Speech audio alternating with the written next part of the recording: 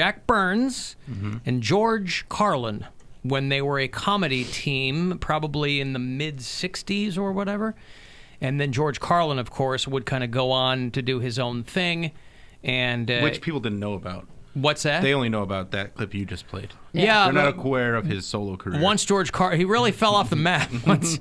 Right, but they were kind of doing that, they were kind of doing the 1-2 punch kind of shtick for a while. And then Carlin went from being a straight-laced guy to being in full bloom as a hippie, which he did relatively later in his life. He was in his late 30s when he kind of became the George Carlin that everybody knew. And then Carlin died 11 years ago. Jack Burns just died. Jack Burns was, if you were young enough or old enough to remember, he was also a comedy partner to a guy named Avery Schreiber, who was, again, this is my generation and before. You guys probably wouldn't know it all, but Avery Schreiber was a guy who was pretty well known back in the 60s and 70s, too. He did Doritos commercials 100 years ago. But Jack Burns had a couple of comedy partners. He worked on Saturday Night Live for a bit. He was one of the original writers for The Muppet Show. And he died. He was 86 years old. He was living in a convalescent home. Are these all the ideas that got rejected from The Muppet Show? Yeah, Captain Jack and Jolly George, right? He's like, these are the things I want to talk about. We'll start our own show. That's right. And he had just celebrated his 31st year of sobriety in December. So there you go. So he kicked off his comedy career as one half of the comedy duo with George Carlin. And then they would go their separate ways after that. I just don't know how sober people go on vacation.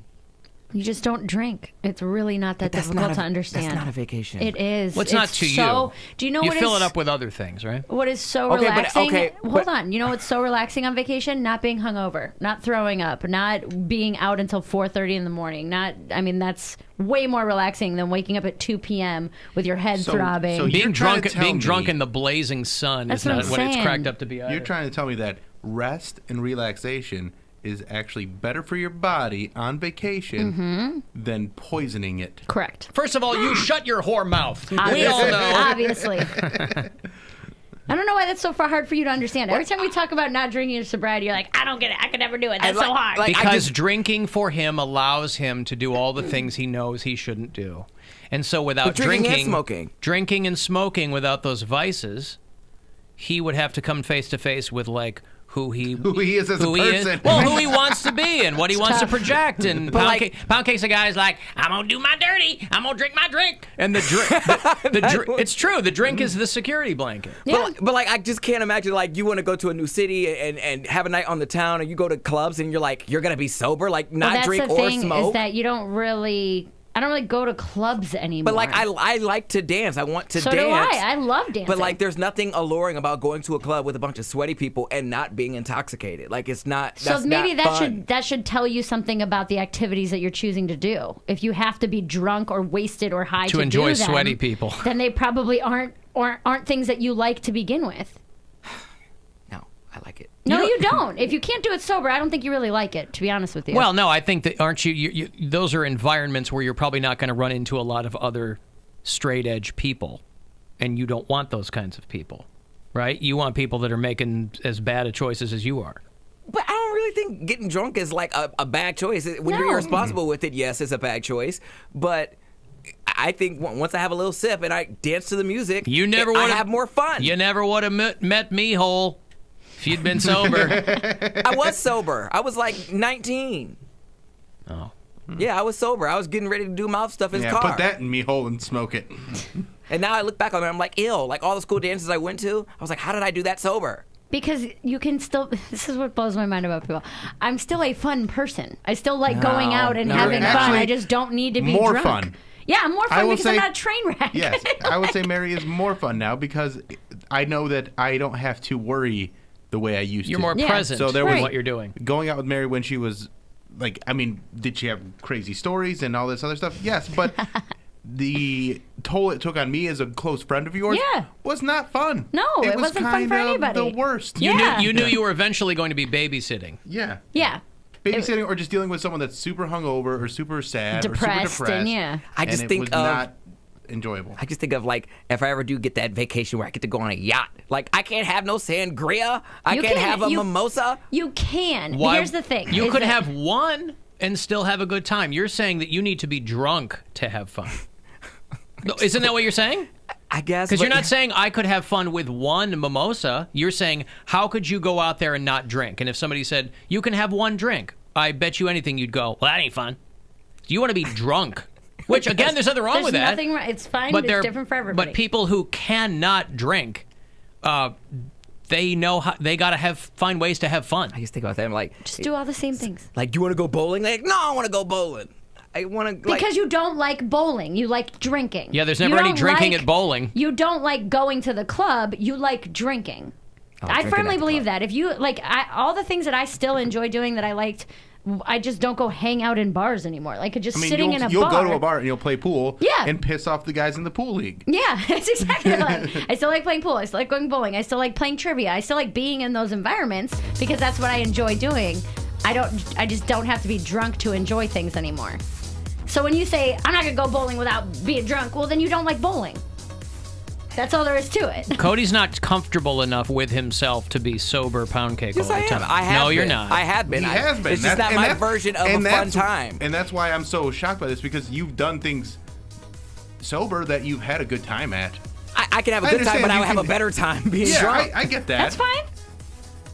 Like You have a better time because you're not as in your head about it. That's what it is. And in his it takes you out of it. A couple drinks takes you out of it. In his defense, you don't have to get Mary blackout drunk. No, I totally get that. You were going to the extreme. 100%. Like I like being drunk too. Yeah. I mean, less and less the older I get because it's just I don't care that much anymore. Right. I'd be fine not drinking at all. Right. But I like drinking socially or whatever. But I'm not blackout. Right. Ever. So that part, that would be no fun. But I just applaud people. 35 years, like 35 years of just like all your friends like, hey, Bill, we're going to go to the bar. But like, that's the thing is that's not all your friends. Your friend group changes, which was one of the hardest things for me to swallow, is that when I got sober, I quit drinking, none of my bar friends hit me up anymore. I have not talked to those people in almost a year. And I was like, these are my best friends. We'll still hang out. We'll still talk. Not one of them, because their MO was to go get plastered and then do drugs and then start drinking again. And I took myself out of that. Alcohol was your glue. That was the only thing we had in common. So it's not that all of your friends are going to be like, we got to go out and get trashed. We got to go out and do this. It's you'll find, it sounds so, oh my gosh. You'll find your real friends. You'll find your friends who actually care about going out with you or having coffee or having lunch. And you'll find out that those relationships that you have, they're like, oh, my friends, all they want to do is go out. That's the only reason why you're friends. I'm not saying that to you. That was my situation. I get it. I'll go out with Mary even though she can't eat chips. Those chips. Certain chips I can't have. I mean, what a bummer. Can you imagine trying to have a good time without eating chips? You got more chips, though. I did get more chips. It's good for you. They were good chips. Alan, I'm the subject of Mary's dental procedure. The right half of my tongue is permanently numb from botched oral surgery. So I'm always biting my tongue, and I don't feel it until I hear a crunch. Oh. What's the crunch? Your tongue. The tongue. Like biting tongue into crunches? it so hard that it crunches? Crunching into the skin, like breaking. It's not necessarily a crunch, but the skin breaking. Huh. In the mouth. Oh, wow. No, I don't like that one bit. Why didn't he sue the dental office? Maybe he did. He didn't Oh. get into the whole thing there. Wow. It is such a strange feeling, though. Like, he was like, do you have any questions? I'm like, not really. Like, you can't talk. Not really. Yeah. I have to go. I can't feel my papillae, Doc. That's what it is. I haven't been to the dentist since I was off my mom's insurance. That was the last time I went. It had been a few years. Yeah, because I had my mom's like dental office, and then like once I got my own. But how insurance, much is a checkup without insurance? Like $500. Well, depending No, on what you need it's done. not. To get a cleaning is like $150. But And then if they affordable. find anything, if you need a cavity filled or you need multiple cavity fills, they're like $300 a piece. But you have to get it right Believe then. me, I I'm have just looked saying. into it. I'm saying you can spend $150 Yes. twice a year to get cleanings. You can, but when you have been away from it and you let it build up and you're like, I know that when you eat hot or cold food and it hurts, like, oh, that's probably a cavity. I don't have $350 extra to attend to this. I went years without going to the dentist, and I went in, no cavities. Good for no you. problems. You got lucky. Yeah. Well, it's because I have good teeth. If you brush and floss, you're going to be okay. No, that's what I'm saying. A lot of people don't do that. Yeah. Well, that's their fault. Well, Or if you eat a lot of sugar, like after I Yeah, quit I don't eat drinking, a lot I of ate a ton of sugar and stuff, and I had one cavity, but Yeah, if you let it build up and build up, that's when it starts to get expensive. No, if you keep up on it, $150 twice a year is not bad. I should probably go because like there's just a bunch of dental offices that take my insurance, but it's a bunch of politics because they're like, oh, well, we could get you in. Because it is. I'll tell you what, there's so many politics. Well, I clean the right side of your face. No. Left-leaning is the left two incisors, and that's it. Damn liberal molars. It's like they'll have like 6 dental surgeons there or 6 dentists there, and it's like, oh, only one takes new patients, and he's booked up for the end of the year. I'm like, okay, well, I'll see you 2021. Hopefully I don't have anything bad by then. Well, it's better than nothing. You should still go. Yeah, I'm going to go. I just haven't got around to it because I had other stuff I had to pay for. I got all into my feelings with this, and I texted my little sister about it. I was like annoyed that into your feelings about not being able to feel? Yes. Numbing the tongue just really set me off.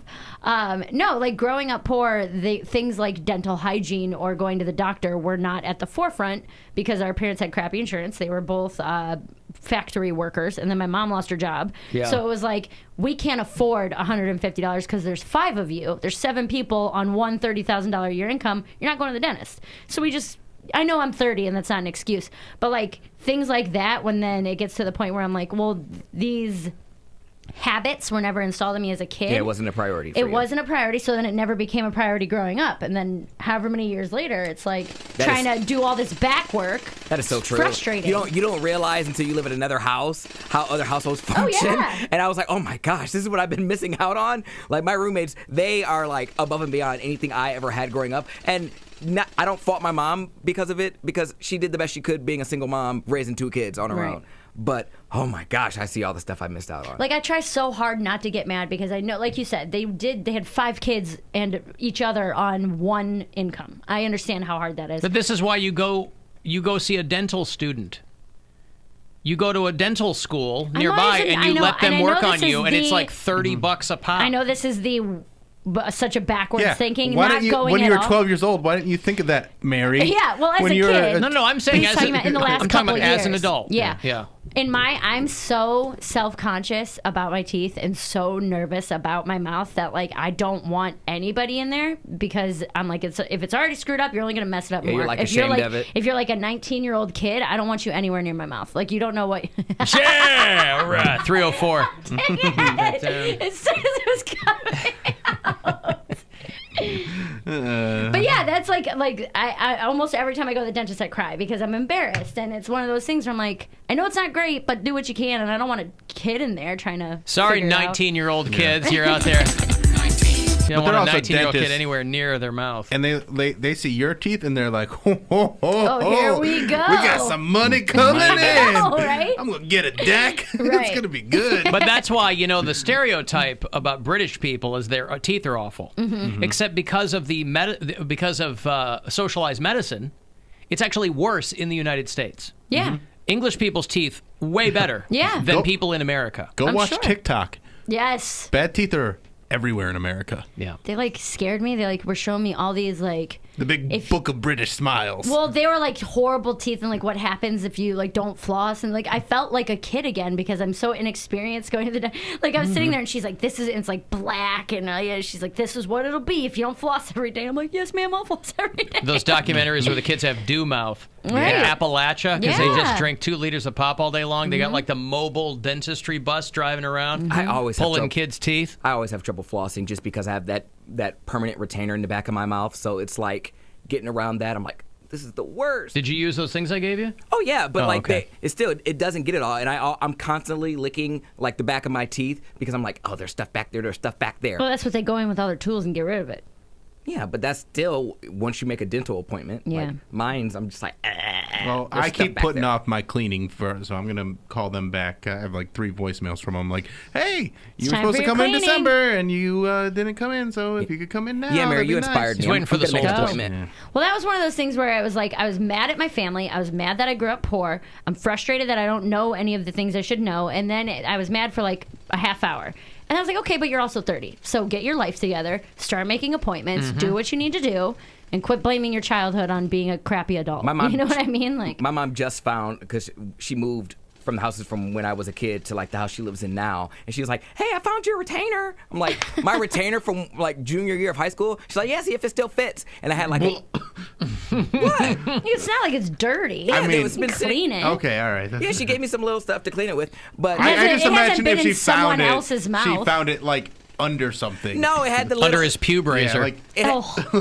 No, it had probably in its case. The container that it came in, and I put it in. I had a small little gap because I didn't wear it and I lost it, and so I've already been wearing it. It's been closing up. Like it's already closed up, but my mouth still hurts. I remember when I got the spacers. I'm like, damn it, having braces hurts. Yeah. Mike in Parma is suggesting the Poundcake molar blast punishment. Oh, there you go. How about that? There we go. What's that? If you lose, we pull a tooth. The front one. If y'all pay to get it back and then pay to get it clean, sure. No I'll do the duty tooth challenge. The duty tooth challenge. You guys can color one of my teeth for. Yeah. How do you fix a duty tooth with no dental insurance? I have dental insurance. I just haven't made an appointment yet. I didn't have. His is just straight laziness. It is straight laziness, but I also had my student loans to pay for. I had other dental procedures. I had to get that cyst off of my eyelid. That was money. So I just didn't have it. And it was a year. I've been off my mom's insurance for a year because I got you're off 27? I'm 27. Yeah, that's the last time I got a bunch of work done right before I got off my dad's I sure did. insurance. That's when I got my teeth pulled, my wisdom teeth pulled, and Bill had to come pick me up. Oh, yeah. That's funny. So all drugged up. Because the lady was like, you have to, you're off your mom's insurance. Was like, pull it now. And so they did it. Buy a water pick, boy. Those are fantastic. I have one too. Do you use it? Mm-hmm. Oh. But I'm self-conscious. I still think that the retainer gets in the way. And every time I try to shove some stuff back there, it gets stuck. Yeah. 308. Dang, we're both going. Yeah, Barry doesn't want 19-year-olds in her mouth. If you're 19, shoving I stuff want back there. in my mouth. That's right. I didn't even make it through the word mouth before I started laughing. I was like, the old sit and spit. Mm-hmm. So if brush your teeth and floss. Brush and floss. Yes. I don't floss enough, I'll be honest. I really don't. That's what they asked me. They're like, yeah, but if you use that water pick, that's even better. But it's only, you're supposed to floss after every meal, which I don't. They said floss once a day, like at night. That's what they literally just told me today. They were like, brush twice a day, floss once a day. Yeah. Nothing in your mouth is going to work that fast where it's like if you don't floss 3 times a day. Yeah. Because you don't want to do it too much. You hurt your gums. Yeah. I'm going to die anyways. Who cares? I'm not even going to do it. Well, we're all going to die. At 35. Yeah, but don't you want to leave a nice smiling corpse? Yeah. They'll prop your teeth open. Die young, leave a beautiful corpse. Isn't that the old line? Yeah, you want to have some pearly whites when you're headed to the pearly gates, don't you? I already don't. My braces stained my teeth, and my teeth have never been as white since. Well, that's when you get yourself some strips or get that glowy thing that goes in your mouth. Yeah, the glowy tray or whatever. Glowy tray. Just use the lights behind you now. Yeah, there you go. Yeah, for people watching, by the way, who think we're doing a Kobe tribute, that the new lighting scheme is purely coincidental. And you have a yellow shirt on. We're not. I'm wearing my old Chicago Sting T-shirt. No, that is purely coincidental. So it's a happy accident. But that's not what it is. It looks good and looks rip Kobe. People are telling me looks great. Rip Kobe. That's right. All right, I'm going to break. Those Joe Bonamassa tickets ahead of you, too. If you dig what he does, he's going to do it over 2 nights. March 6th and 7th, he's going to be performing at Playhouse Square. So when we return here, I'll have those tickets for you. 35192 if you want to text. It's the Alan Cox Show on 100.7 WMMS. And everywhere you go on our free iHeart